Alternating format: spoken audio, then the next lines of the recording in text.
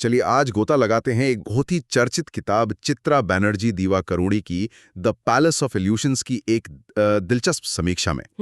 ये वही किताब है जो महाभारत को द्रौपदी की नजरों से दिखाती है ना? हाँ बिल्कुल, और ये सिर्फ नजरिया बदलना नहीं है। जिस समीक्षा की हम बात कर रहे हैं वो इस बात पर जोर देती है कि कैसे ये किताब महाभारत जैसी एक महागाथा को एक औरत की बहुत ही अंदरूनी, बहुत निजी कहानी में तब्दील कर देती है। निजी कहानी मतलब उसकी इच्छाएं, उसका गुस्सा, आजादी की उसकी अपनी तलाश, ये सब चीजें। समीक्षा कहती है कि ये उपन्यास इन भावनाओं को बहुत गहराई से पकड़ता है। ये तो काफी दिलचस्प लग रहा है।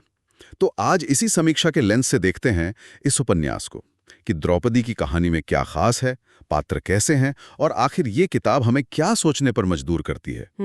कहाँ से शुरू करें? थोड़ा कहानी का अंदाजा दे दें पहले, बिना स्पॉइलर के। जाहिर है। हाँ, क्यों नहीं। कहानी तो हम जानते ही हैं, द्रौपदी के जन्म से शुरू होती है, वो भी अग्नि से, एक चमत्कार की तरह। हाँ।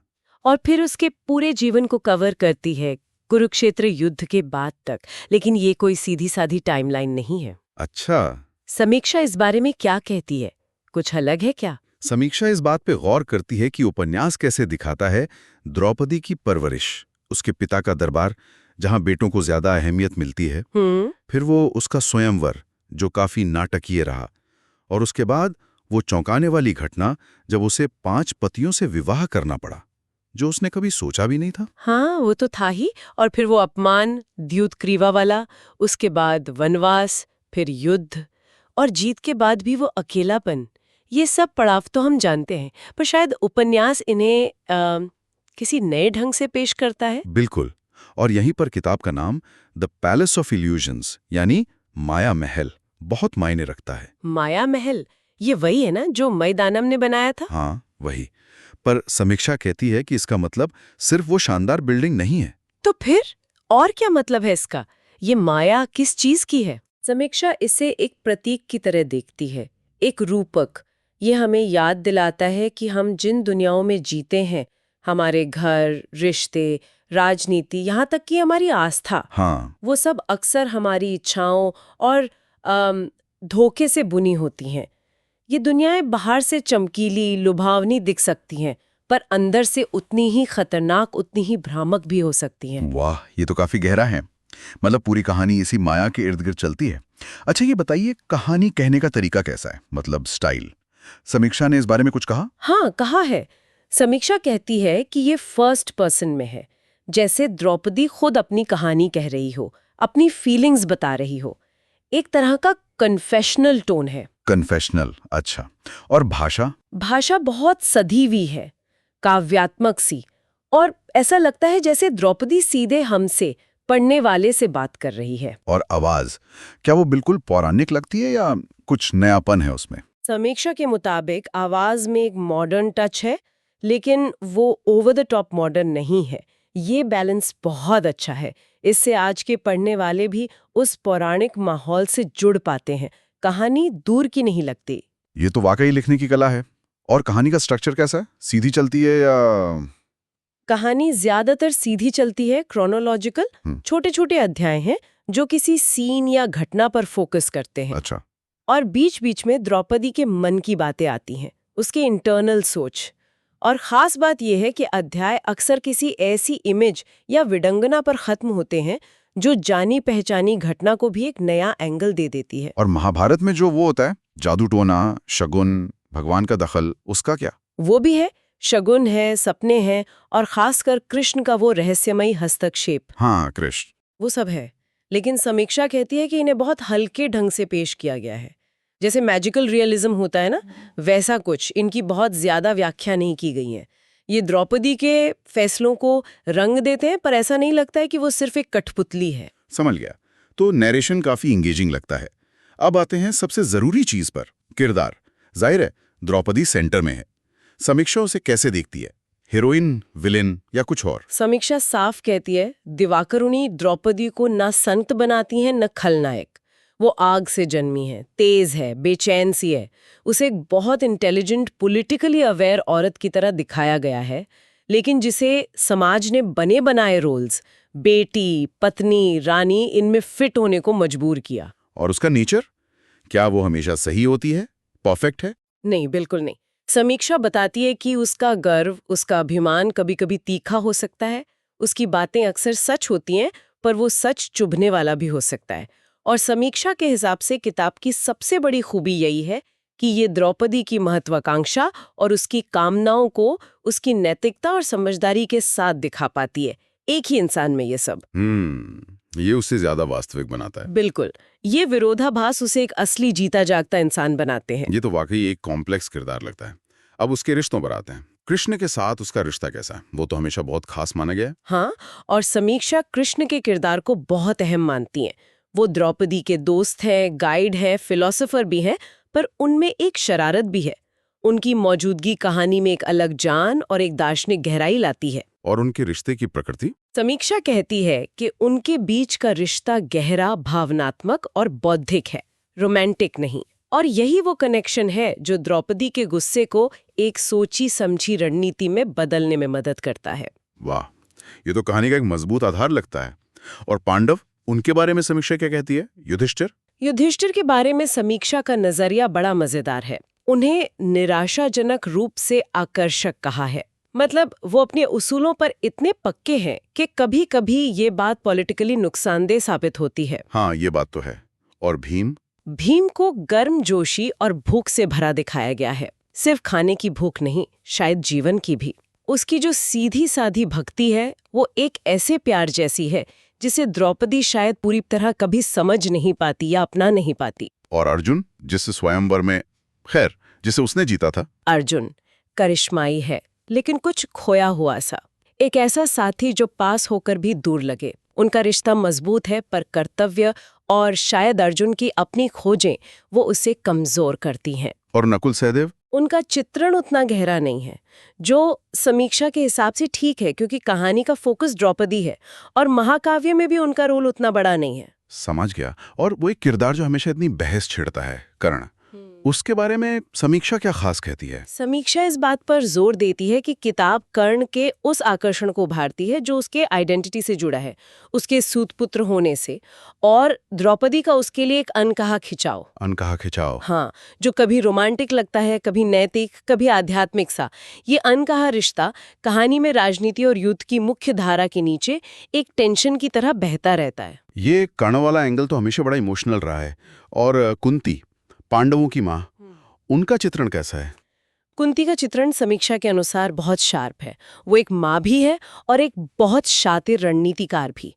उनसे सहानुभूति भी होती है, लेकिन जिस तरह वो अपने लक्ष्यों के लिए करीबी रिश्तों को भी। किरदारों का जाल वाकई बहुत जटिल और भावनाओं से भरा हुआ लगता है। अच्छा, अब अगर हम उपन्यास के मुख्य विचारों, मतलब थीम्स पर आएं, तो समीक्षा किन बातों को हाईलाइट करती है? जैसे द्रौपदी की स्थिति एक औरत होने के नाते। हाँ, ये एक बहुत बड़ा मुद्दा है। समीक्षा कहती है कि उपन्यास लगातार इस सवाल से जूझता है कि एक औरत ऐसी दुनिया में पावर कैसे पाए जहां पूरा सिस्टम ही उसे पावर देने से इनकार करता है। पितृसत्ता की बात आती है यहाँ। तो वो पावर कैसे पाती है? द्रौपदी की आवाज ही उसकी ताकत बनती है। वो कहानी पर अपना हक जताती है, अपनी बात रखती है। भले ही दुनिया उसके शरीर का सौदा करे, उसके विकल्प सीमित हों, वो अपनी बातों से, रीति रिवाजों में अपनी भूमिका से, अपनी मौजूदगी से सत्ता को चुनौती देती है। और वो इच्छा बनाम कर्तव्य वाली बात, वो तो महाभारत का कोर टेंशन है। बिल्कुल। समीक्षा के मुताबिक दिवाकरुनी इच्छा को कोई नैतिक बुराई नहीं मानती, बल्कि एक स्वाभाविक मानवीय शक्ति जो हमारे फैसलों को अच्छा भी बना सकती है और भटका भी सकती है। किताब ये सवाल उठाती है कि जिम्मेदारी कहाँ खत्म होती है और ख्वाहिश कहाँ से शुरू होती है, खासकर तब जब आपके फैसले दूसरों के वादों से बंधे हों। ये तो बहुत ही रिलेटेबल सवाल है आज भी। और धर्म के बारे में क्या? क्या किताब कोई सीधा नैतिक उपदेश देती है? नहीं, समीक्षा कहती है कि किताब उपदेश नहीं देती, बल्कि पाठक को नैतिक दुविधाओं के साथ छोड़ देती है। वो धर्म को बहुत कॉम्प्लेक्स दिखाती है। कॉम्प्लेक्स कैसे? जैसे नियमों से जीती हुई जीत भी हार जैसी लग सकती है, या गलत वक्त पर बोला गया सच झूठ से भी बुरा हो सकता है। और अगर आप सिर्फ नियमों पर अड़े रहें और नतीजों की परवाह न करें, तो ये भी एक तरह का घमंड ही है। धर्म यहाँ कोई आसान जवाब नहीं है। ये तो सोचने वाली बातें हैं। और वो महल वाला रूपक, क्या वो कहानी कहने के तरीके से भी जुड़ा है? हाँ, समीक्षा उसे कहानी के स्ट्रक्चर से जोड़ती है। जैसे दरबार, शादियां, गठबंधन, इज्जत। ये सब कहानियों से बने कमरे हैं। मर्द द्रौपदी के बारे में कहानियां बनाते हैं, लेकिन इस उपन्यास में वो खुद कहानी सुनाने वाली कुर्सी पर बैठती है। वो माया महल तब तक चमकता है जब तक भ्रम टूट नहीं जाता। फिर उसके पीछे का ढांचा दिखने लगता है। कमाल है। औरतों के आपसी रिश्तों के बारे में भी कुछ है। द्रौपदी का दूसरी औरतों से कैसा कनेक्शन था? हाँ, समीक्षा मानती है कि द्रौपदी के कुंती, उसकी दासियों और दूसरी औरतों के साथ जो रिश्ते हैं वो किताब के सबसे टचिंग हिस्सों में से हैं। ये रिश्ते बड़े सावधानी से दिखाए गए हैं। कभी उनमें स्ट्रैटेजी है, कभी नरमी है और कभी धोखा भी है।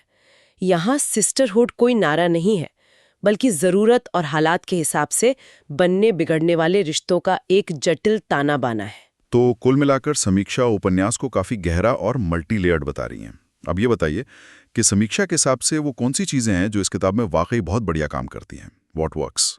सबसे पहली बात जो समीक्षा कहती है वो है महाकाव्य का पुनर्मानवीकरण। मतलब जानी पहचानी कहानियों और किरदारों को इतना मानवीय, इतना असली बना दिया गया है कि वो हमें नए और जरूरी लगते हैं। स्वयंवर, द्यूत क्रीड़ा, वनवास, इन सबको जमीनी हकीकत, किरदारों की भावनाओं और उनकी अंदरूनी कश्मकश के साथ दोबारा रचा गया है। ये तो बहुत बड़ी बात है। और क्या? दूसरा, कहानी को छोटा किया गया है। महाभारत बहुत बड़ा है, लेकिन समीक्षा कहती है कि ऐसा करते हुए उसकी नैतिक जटिलता कम नहीं हुई है। तीसरा, द्रौपदी की आवाज, उसका वो व्यंग्य, धार्मिक पाखंड से उसकी चिढ़ और पछतावे की उसकी क्षमता, ये सब मिलकर उसे सिर्फ एक सिंबल नहीं बल्कि एक जीती जागती चेतना बनाते हैं। और कृष्ण द्रौपदी की डायनामिक्स, हाँ, उसका जिक्र तो हमने किया। समीक्षा खासतौर पर उनके डायलॉग्स की तारीफ करती है। वो बातचीत कहानी के साथ चलती है और फिलॉसफी को सामने लाती है, लेकिन लेक्चर जैसा नहीं लगता। और आखिर में वही माया महल वाला मेटाफर, समीक्षा कहती है, ये सिर्फ एक अच्छा टाइटल नहीं है, ये उपन्यास का ऑपरेटिंग सिस्टम है। सब कुछ इसी के इर्द गिर्द घूमता है। ये सब तो काफी पॉजिटिव है, लेकिन क्या समीक्षा में कुछ ऐसी बातें भी हैं जहां पढ़ने वालों की राय अलग हो सकती है? मतलब कुछ ऐसा जो शायद सबको पसंद ना आए। जाहिर है ये समीक्षा के विचार हैं, हमारे नहीं। हाँ, बिल्कुल। समीक्षा कुछ ऐसे पॉइंट्स बताती है। पहला है कर्ण का किरदार। जिस तरह द्रौपदी और कर्ण के बीच के अनकहे रिश्ते पर इमोशनल जोर है, वो शायद मूल महाकाव्य से ज्यादा रोमांटिक लगे। अच्छा। हाँ, तो समीक्षा कहती है कि कुछ पाठकों को यह बहुत पसंद आएगा, लेकिन जो लोग कहानी के बिल्कुल मूल रूप को मानते हैं, उन्हें ये थोड़ा ज्यादा लग सकता है। ठीक है, ये एक पॉइंट है। और दूसरा, भाषा को लेकर कहीं कहीं आज की सोच या मुहावरे उस पुराने माहौल से थोड़े अलग लग सकते हैं। हालांकि ये बहुत ज्यादा नहीं है, पर एक हल्का सा एहसास हो सकता है। तीसरा, कुछ किरदारों का हल्का चित्रण, जैसे नकुल और सहदेव। हाँ, उनका जिक्र हुआ था। यहाँ तक कि अर्जुन का अंदरूनी जीवन भी द्रौपदी के नजरों से, खासकर कर्ण वाले एंगल से, थोड़ा ढका हुआ सा लगता है। और एक और बात शायद फर्स्ट पर्सन नैरेशन से जुड़ी है। हाँ, क्योंकि पूरी कहानी द्रौपदी के पॉइंट ऑफ व्यू से है, तो कभी-कभी ऐसा लग सकता है कि बाकी पक्षों का दर्द या अन्याय सिर्फ द्रौपदी की लड़ाई के फिल्टर से ही हम तक पहुंच रहा है। समीक्षा मानती है कि ये जानबूझकर किया गया डिजाइन है, लेकिन इससे कुछ पढ़ने वालों को शायद एक ओवरऑल ज्यादा ऑब्जेक्टिव पॉलिटिकल एनालिसिस की कमी महसूस हो। ये सब ध्यान में रखने वाली बातें। अच्छा, कुछ खास सीन्स की बात करें जिन्हें समीक्षा ने यादगार बताया हो बिना कहानी बिगाड़े। हाँ, कुछ हैं। जैसे कहानी की शुरुआत में द्रौपदी का नामकरण और अग्नि जन्म। इसे ऐसे दिखाया गया है जैसे भाग्य ने उस पर एक पहचान थोप दी हो, कि कैसे समाज का दिया नाम ही एक पिंजरा बन जाता है। और वो द्यूत सभा वाला सीन, वो तो हमेशा ही बहुत डिस्टर्बिंग रहा है। हाँ, लेकिन समीक्षा कहती है कि ये सिर्फ एक व्यक्ति के अपमान की कहानी नहीं है। ये भी दिखाता है कि कैसे पूरा सिस्टम, कानून, लोगों की चुप्पी, तमाशा देखने की आदत मिलकर अन्याय में साथी बन जाता है। वनवास के बारे में भी कुछ खास? वनवास के साल सिर्फ कठिनाई नहीं दिखाते, वहाँ इच्छाएं हैं, बोरियत है और कुछ नया सीखने का मौका भी। हम देखते हैं कि एक रानी कैसे मुश्किल हालात में जीना और चीजों को मैनेज करना सीखती है। और युद्ध को एक्शन सीन्स की तरह कम और दुख के हिसाब किताब की तरह ज्यादा पेश किया गया है कि इस तबाही की असली कीमत कौन चुकाता है, किसकी जान की गिनती होती है, किसकी नहीं। ये सीन्स तो वाकई कहानी को अलग लेवल पर ले जाते होंगे। अच्छा, लिखने की कला मतलब क्राफ्ट के बारे में भी समीक्षा ने कुछ नोट्स दिए हैं। जैसे पेसिंग, रफ्तार कैसी है कहानी की। पेसिंग के बारे में समीक्षा कहती हैं कि जो जाने पहचाने बड़े इवेंट्स हैं वहां कहानी तेज चलती है, लेकिन जहां किरदारों के आपसी रिश्ते या द्रौपदी के मन की बातें हैं वहां ठहराव है, धैर्य है। एंडिंग दुखद है पर रफ्तार धीमी नहीं पड़ती। और भाषा में इमेजिनी का इस्तेमाल, प्रतीक, आग, रेशम, आईने और गंध, ये चीजें बार बार आती हैं। समीक्षा के अनुसार ये एक ऐसी सेंसरी दुनिया बनाती हैं जो द्रौपदी की अपनी है, न कि किसी बाहरी नैरेटर की। और डायलॉग्स बहुत कसे हुए, नपेतुले और शार्प हैं। छोटी सी बातचीत में भी किरदारों की स्ट्रैटेजी दिख जाती है। क्या समीक्षा ने इस किताब की तुलना महाभारत पर लिखी दूसरी किताबों से भी की है? ये जानना दिलचस्प होगा। हाँ, कुछ मिसालें दी हैं, जैसे प्रतिभा राय की ओडिया किताब याज्ञसेनी है। उससे तुलना करते हुए समीक्षा कहती है कि दिवाकरुणी की द्रौपदी में ज्यादा विरोधाभास है, वो कम भक्तिमय है, ज्यादा मनोवैज्ञानिक है। और देवदत्त पटनायक की जया, वो तो काफी पॉपुलर है। जया तो महाभारत का एक तरह का कलेक्शन है। उसकी तुलना में द पैलेस ऑफ इल्यूजन्स का फोकस ज्यादा नैरो है। ये एक प्रॉपर नॉवेल है। शशि थरूर की द ग्रेट इंडियन नॉवेल के बारे में। जो लोग थरूर की किताब पसंद करते हैं उन्हें यहाँ शायद सटायर कम मिलेगा, लेकिन किरदारों की इनर लाइफ ज्यादा मिलेंगी। और एक और तुलना शेरन मास की महाभारत अ मॉडर्न रीटेलिंग से की गई है, जिसके पाठकों को शायद दिवाकरुणी का ये फोकस नजरिया पसंद आए। तो इतने सारे विश्लेषण के बाद समीक्षा के हिसाब से ये किताब किसे पढ़नी चाहिए? कौन एंजॉय करेगा इसे? समीक्षा का सुझाव है कि ये उन पाठकों के लिए है जो मिथकों को सिर्फ कहानी की तरह नहीं बल्कि कैरेक्टर ड्रिवन लिटरेरी फिक्शन की तरह पढ़ना चाहते हैं। और जाहिर है जो लोग क्लासिक टेक्स्ट्स की फेमिनिस्ट री इंटरप्रिटेशन में रुचि रखते हैं उन्हें ये जरूर पसंद आएगी। और बुक क्लब्स वगैरह के लिए? हाँ बिल्कुल, उन बुक क्लब्स के लिए जो नैतिक दुविधाओं और बहस वाले सवालों पर बात करना पसंद करते हैं, जैसे क्या द्रौपदी के पास असल में कोई चॉइस थी? क्या धर्म और दया साथ चल सकते हैं?